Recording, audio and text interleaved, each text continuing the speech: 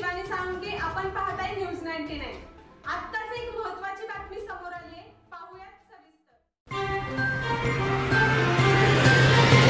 सातारा येथील येवतेश्वर पठारावरून एक स्कॉर्पिओ गाडी दरीत पडल्याची घटना घडली आहे।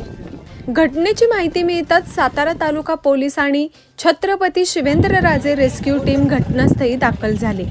मुख्य मार्गापासून लांब असलेल्या पठारावर ही स्कॉर्पिओ गाडी होती।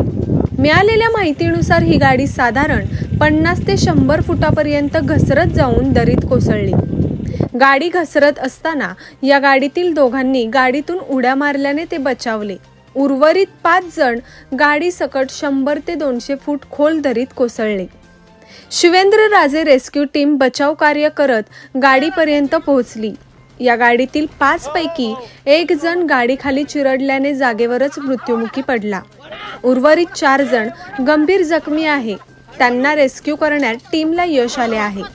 हे सर्वजण सातारा जिल्ह्यातील कोरेगाव तालुक्यातील चिमणगाव येथील रहिवासी असून ते फिरण्यासाठी कास परिसरात आले होते। ही घटना सायंकाळी 6:30 वाजता घडली असून सातारा तालुका पोलीस पुढील तपास करत आहेत।